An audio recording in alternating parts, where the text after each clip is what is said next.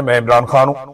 ناظرین نے سب سے پہلے میں آپ کو خیبر پختونخوا کے حوالے سے بہت امپورٹنٹ خبریں بتا دوں، اور یہ انفارمیشن میں نے مختلف ذرائع سے کنفرم کی ہے۔ علی امین گنڈا پور کے بارے میں نے آپ کو کئی مرتبہ بتایا تھا کہ جب وہ خیبر پختونخوا کے وزیر اعلیٰ بنے تو ان کے پاس خیبر پختونخوا میں اختیارات نہیں تھے، اختیارات بہت کم تھے، چند چیزیں وہ کر پاتے تھے، کچھ چیزیں وہ نہیں کر پاتے تھے۔ وہ اپنی مرضی سے چیف سیکرٹری تبدیل کرنا ہو، ٹرانسفر پوسٹنگ ہو، یا بہت سارے معاملات ہوں، وہ علی امین گنڈا پور نہیں کر پا رہے تھے۔ اور اس کے بعد جب سہیل آفریدی صاحب آئے تو یہ توقع کی جا رہی تھی کہ شاید یہ کنٹرول ہو جائے گی بیوروکریسی، لیکن میں آپ کو ذمہ داری کے ساتھ ایک خبر دے رہا ہوں کہ بیوروکریسی کی ایک بڑی تعداد کو اور پولیس کے سینئر افسران کو اور بہت سارے اداروں کو وفاق اور اسٹیبلشمنٹ کنٹرول کرنے کی کوشش کر رہے ہیں، اور صرف کوشش نہیں کر رہے، وہ بہت حد تک کامیاب بھی ہیں۔ حتیٰ کہ اینٹی کرپشن کو مجبور کیا جا رہا ہے کہ وہ خیبر پختونخوا کے وزراء کے خلاف اس وقت مقدمات بنائے، یعنی اینٹی کرپشن کے کچھ لوگوں کے اوپر یہ دباؤ ڈالا جا رہا ہے، اور آنے والے دنوں میں اینٹی کرپشن میں کچھ رد و بدل کرنے کے بعد آپ دیکھیں گے کہ مقدمات شاید بنائے بھی جائیں۔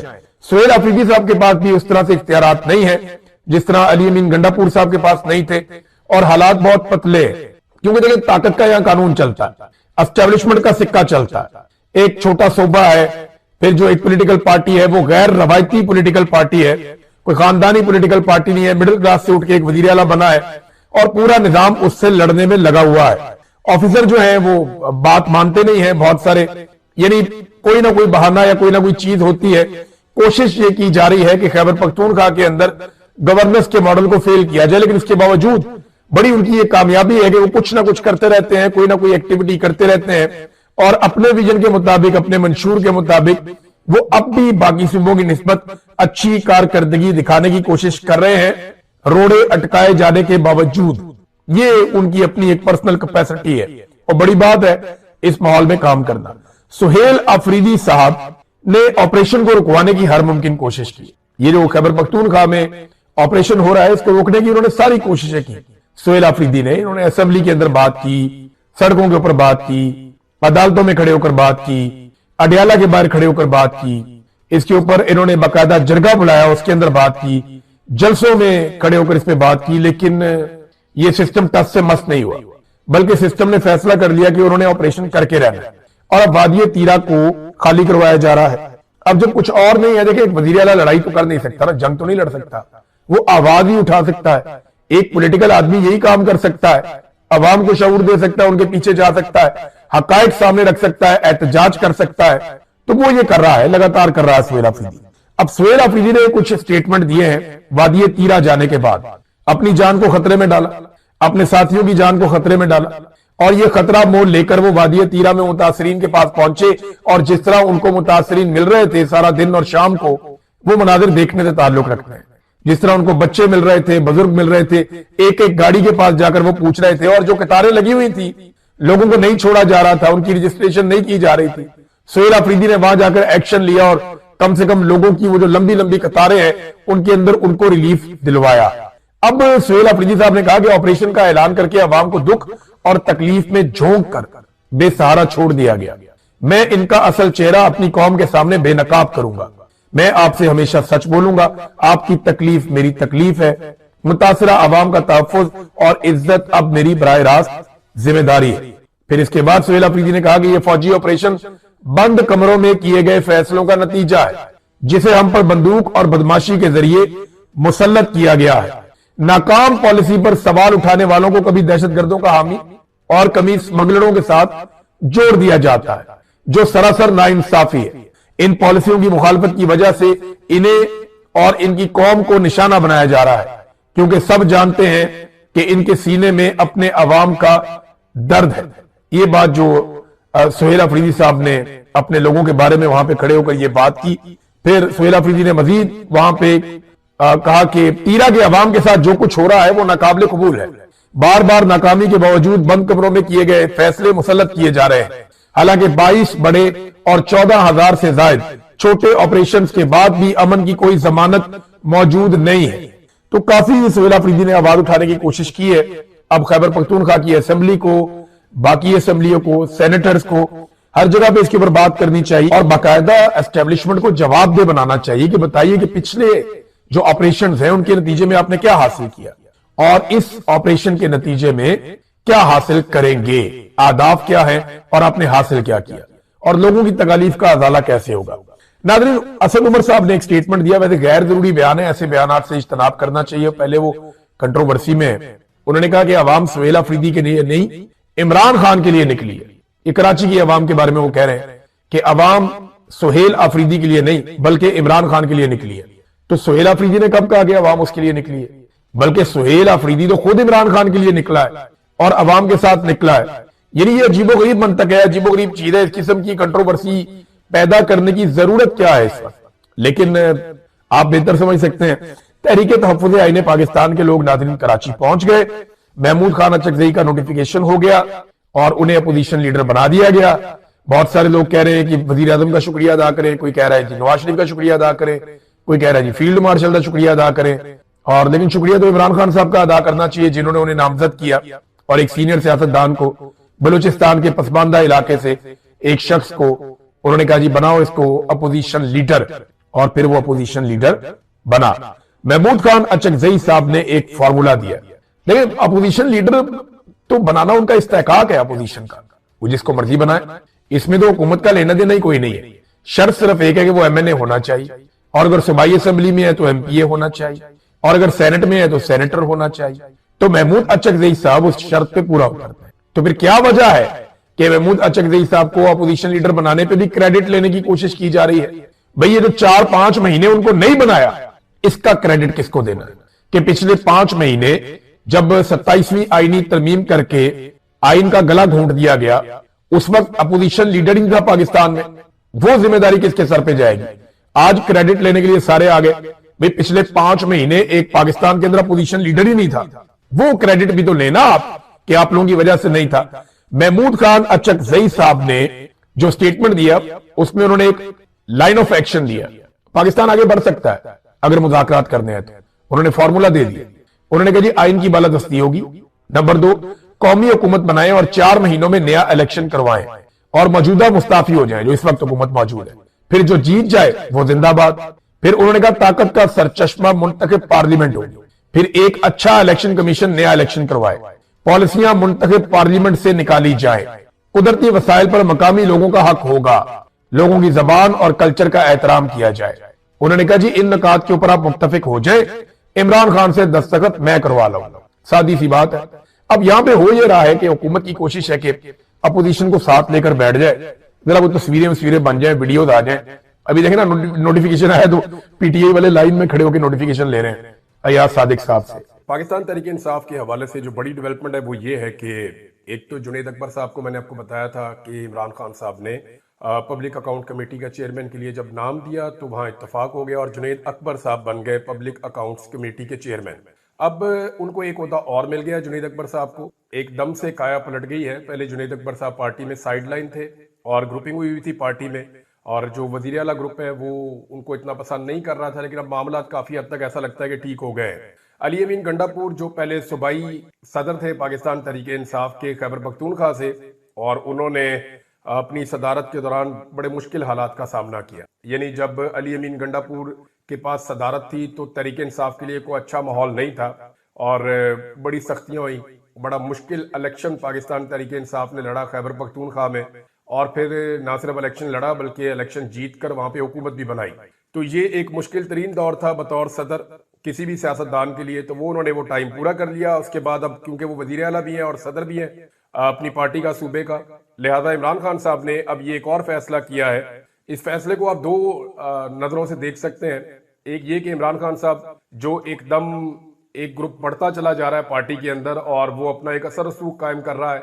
इमरान खान साहब इस तरह की वो एक पावर पॉलिटिक्स भी नहीं चाहते अपनी पार्टी के अंदर, और वो दूसरी तरफ भी चाहते हैं कि चेक एंड बैलेंस हो पार्टी के अंदर। दूसरा, इमरान खान साहब ने अली अमीन गंडापुर के ऊपर से एक जिम्मेदारी उतारी है कि ठीक है जी आप वजीर आला खैबर पख्तूनख्वा है, आप वहां के मामला देखें, और खैबर पख्तूनख्वा के मामला देखें लॉ एंड ऑर्डर के हवाले से हो या दीगर चीजें हो, वो काफी गंभीर है। तो बड़े चैलेंजेस हैं जिनका सामना करना है। वफाकी हुकूमत पैसा भी नहीं दे रही, फिर वफाकी हुकूमत के साथ डील करना। दूसरा मामला यह है कि अली अमीन गंडापुर जब मुलाकातें वगैरह करते हैं हुकूमती लोगों से, तो उनकी मुलाकातों पे पार्टी के लोगों को एतराज भी होता है। तो पार्टी के स्ट्रक्चर को और वजीर आला के स्ट्रक्चर को दोनों को अलग अलग कर दिया इमरान खान साहब ने। इससे फायदा ही होगा पार्टी को। जुनैद अकबर साहब एक पुराने वर्कर हैं पाकिस्तान तरीके इंसाफ के, इमरान खान साहब के दरीना साथी हैं, और ये शुरू से यानी अपने गांव की सियासत से ऊपर आते आते यहां तक पहुंचे हैं। लिहाजा ये एक अच्छा एडिशन हो गया है। उन्हें तंजीम साजी का इन चीजों का आइडिया है, तो जुनैद अकबर साहब को इमरान खान साहब ने एक और अहम जिम्मेदारी दे दी है। और इसके बारे में जो पार्टी के जराए वो ये कह रहे हैं कि ये अफाम तफहीम के साथ काम हुआ है, इसमें कोई किसी किस्म की मुखालफत नहीं है, लेकिन जो कुछ चलता रहा माजी में वो सब जानते हैं। जुनैद अकबर साहब ने एक बड़ी इंपॉर्टेंट बात की है। उन्होंने कहा जी तोशा खाना का जो 50 साल का रिकॉर्ड है वो मैं निकलवाऊंगा। अब ये तोशा खाना का अगर 50 साल का रिकॉर्ड निकलेगा ना तो बड़ा कमाल रिकॉर्ड है तोशा खाना का भी। यहाँ लोग जो है वो ओने पोने चीजें लेकर चले गए।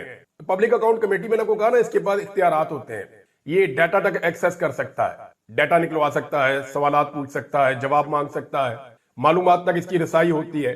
इसके बाद इख्तियारात भी होते हैं। तो बतौर पब्लिक अकाउंट कमेटी के चेयरमैन के तोशा खाना का रिकॉर्ड निकलवा लेना जुनैद अकबर साहब के लिए कोई बड़ी डील नहीं होनी चाहिए।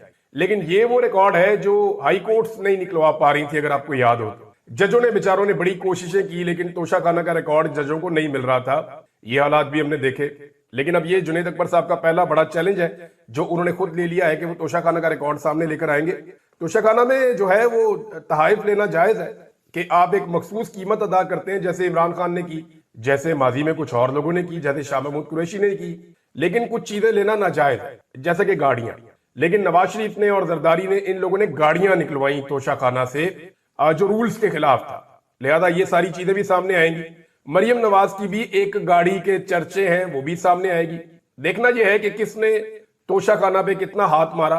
अब अगर इमरान खान की हुकूमत आ जाए कल को, तो उनको भी चाहिए कि सारा रिकॉर्ड पब्लिक करे। और सिर्फ ये सियासतदानों का नहीं करना चाहिए, ब्यूरोक्रेट्स का करना चाहिए, मिलिट्री एस्टेब्लिशमेंट का करना चाहिए। जजों को, जर्नैलों को कितने तोहफे मिले, और वो तोहफे जो है वो उन्होंने कितनी कीमत में हासिल किए, और वो कीमत कैसे अदा की गई, ये सारी चीजें भी आनी चाहिए। अब सारा मलबा जो है वो सियासतदानों पे तो नहीं हमेशा गिरना चाहिए। बहरहाल ये अब देख लेते हैं कि इसमें क्या होता है। अली अमीन गंडापुर साहब के हवाले से जो है ना वो कुछ कंट्रोवर्सीज भी हैं। खास तौर पे जो डी चौक में 2 मरतबा उनके साथ हुआ, उस हवाले से अली अमीन गंडापुर साहब के सामने बहुत बड़े बड़े सवालात खड़े हैं कि दोनों मरतबा वो अपने लोगों को छोड़कर चले गए। एक मरतबा तो उन्होंने बहुत सारे पहाड़ क्रॉस कर लिए, जो कोई अच्छा खासा एथलीट वो नहीं कर सकता। और ये चीजें उनके सियासी मुखालिफिन उनके खिलाफ इस्तेमाल कर भी रहे हैं, और आइंदा भी इस्तेमाल होती रहेंगी। ये बात जो सियासत को जानता है उसको अच्छी तरह पता है। अच्छा जी, आलिया हमजा साहिबा को पंजाब में अहम जिम्मेदारियां मिलने का इम्कान है।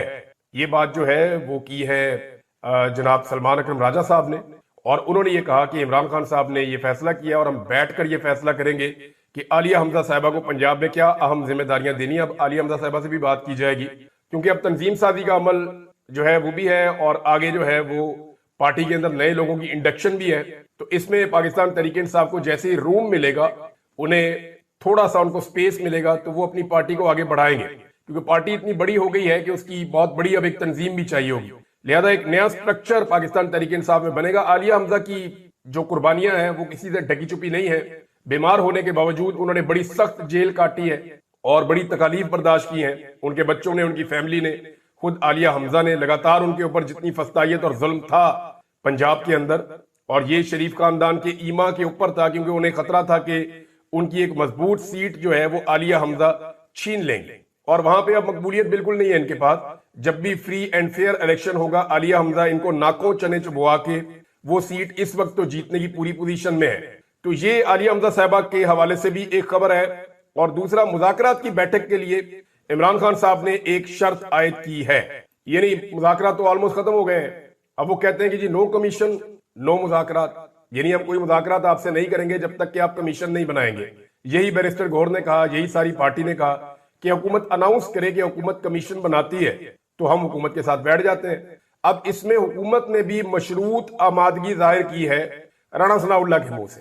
राणा सनाउल्लाह वज़ीर आज़म के सियासी उमूर के मुशीर हैं। तो राणा सनाउल्लाह ने कहा कि जनाब ठीक है, हम कमीशन बनाते हैं, लेकिन उसके ऊपर कुछ TORs के मामलात हैं और कमीशन किन बंदों पे होगा, अब वो उन चीजों की तरफ जा रहे हैं। यानी हुकूमत एक ऐसा कमीशन बनाना चाहती है कि जो इतना कमजोर कमीशन हो, जैसे काजी फायद ईसा, यानी ऐसा कमीशन बनाना चाहती है कि अपने ही जज बैठा दें, अपना ही फैसला मुसल्लत कर दें, अपनी मर्जी के TOR ले आए اور حکومت اپنی مرضی سے اپنے آپ کو اور اپنی سہولت کاروں کو کلین چٹ دلوا دے، تو ان کی کوشش یہ ہے، وہ یہ شرط دے رہے ہیں۔ جبکہ پاکستان تحریک انصاف کی شرط یہ ہے کہ کمیشن بنانے کا آپ اعلان کریں، 28 جنوری کو آ کے ہم بیٹھ جائیں گے، لیکن آپ پہلے اعلان کریں کہ آپ کمیشن بنا رہے ہیں، پھر آ کر بیٹھیں گے، ورنہ نہیں بیٹھیں گے۔ پھر ایک اور شرط ابھی سامنے آئی ہے، اور یہ سلمان اکرم راجہ صاحب نے یہ کہا کہ عمران خان کی ہدایت کے مطابق ہم 28 جنوری کے مذاکراتی دور میں اس وقت تک نہیں بیٹھیں گے جب تک مذاکراتی کمیٹی اور عمران خان کی ملاقات نہ ہو جائے۔ اب مذاکراتی کمیٹی کو بھی عمران خان سے ملوانا پڑے گا، 2 دن باقی ہیں، یعنی 26 اور 27، کل اور پرسوں کے 2 دن ہیں، ایک دن اتوار کا، ایک دن پیر کا ہے، منگل والے دن کمیٹی کو بلایا ہوا ہے بیٹھنے کے لیے۔ اب سلمان اکرم راجہ صاحب کہہ رہے ہیں کہ جناب عمران خان سے تفصیلی بات چیت ہوئی ہے، عمران خان اس چیز سے باخبر ہے کہ گولی چلی، فسطائیت کا ماحول ہے، ہمارے مطالبات کا مذاق اڑایا گیا، ہم پاکستان کے لوگوں کو بتائیں گے کہ اس دن کیا ہوا۔ وہ کہتے ہیں گولی نہیں چلی، ہمارے شہداء ہیں اور زخمی بھی ہیں۔ اچھا، اب ایک چیز میں آپ کو بتا دوں، پاکستان تحریک انصاف کی، میں عمران خان کی بات نہیں کر رہا، وہ تو جیل میں ہے، لیکن پاکستان تحریک انصاف کے باہر جو فیصلہ ساز ہیں اور جو پاکستان تحریک انصاف کی جو قیادت باہر موجود ہے، میں بڑا کلیئرلی اور اوپنلی یہ بات کر سکتا ہوں کہ ثانیہ ڈی چوک میں جو کچھ بھی ہوا اس کے اوپر ان کا موقف کمپرومائز ہے، یعنی ابھی تک جو ان کی ایفرٹ ہے وہ بڑی کمزور نظر آتی ہے۔ اگر ان کے اپنے گھر سے کوئی بندہ مر گیا ہوتا تو یہ کیا اتنے ہی سکون سے بیٹھے ہوتے جتنا کارکنوں کی شہادت کے اوپر یہ سکون سے بیٹھے ہوئے ہیں؟ یعنی ان کا بیچاروں کا کیس لگتا ہے عدالت کے اندر، ان کے M N As, M P As, ministers, senators, یہ وہ کیس سننے کے لیے بھی نہیں جاتے، اس کی سماعت کے اوپر بھی نہیں جاتے۔ ہونا تو یہ چاہیے کہ وزیر اعلیٰ خود پہنچے، جو آدمی لے کر آیا تھا سارے لوگوں کو، جس کے لانے کی وجہ سے وہاں پہ لوگ مارے گئے، اس کو خود عدالت میں آ کر کھڑے ہونا چاہیے کہ میں آیا تھا ان لوگوں کو لے کر، ریاست نے انہیں گولیاں ماری ہیں، مجھے انصاف دو۔ وزیر اعلیٰ کو کھڑا ہونا چاہیے، اس کی کیبنٹ کو کھڑے ہونا چاہیے، سارے کے سارے ایم این ایز کو اور سینیٹرز کو کھڑے ہونا چاہیے، لیکن یہ اپنے لوگوں کے ساتھ کھڑے نہیں ہوتے۔ ابھی تک کوئی 1 انچ بھی یہ حاصل نہیں کر سکے، نہ سی سی ٹی وی فوٹیج، نہ اسپتالوں کا ریکارڈ، نہ کوئی ایف آئی آر، نہ لاپتہ افراد کے حوالے سے کوئی ڈیٹا، نہ ان کے گھر والوں کے انٹرویوز، نہ ہائی کورٹس کے اندر پٹیشنز، کوئی چیز یہ لوگ نہیں کر سکے۔ تو ایسا لگتا ہے کہ عمران خان کی غیر موجودگی میں خصوصاً اس معاملے کے اوپر یہ کافی حد تک کمپرومائز ہے۔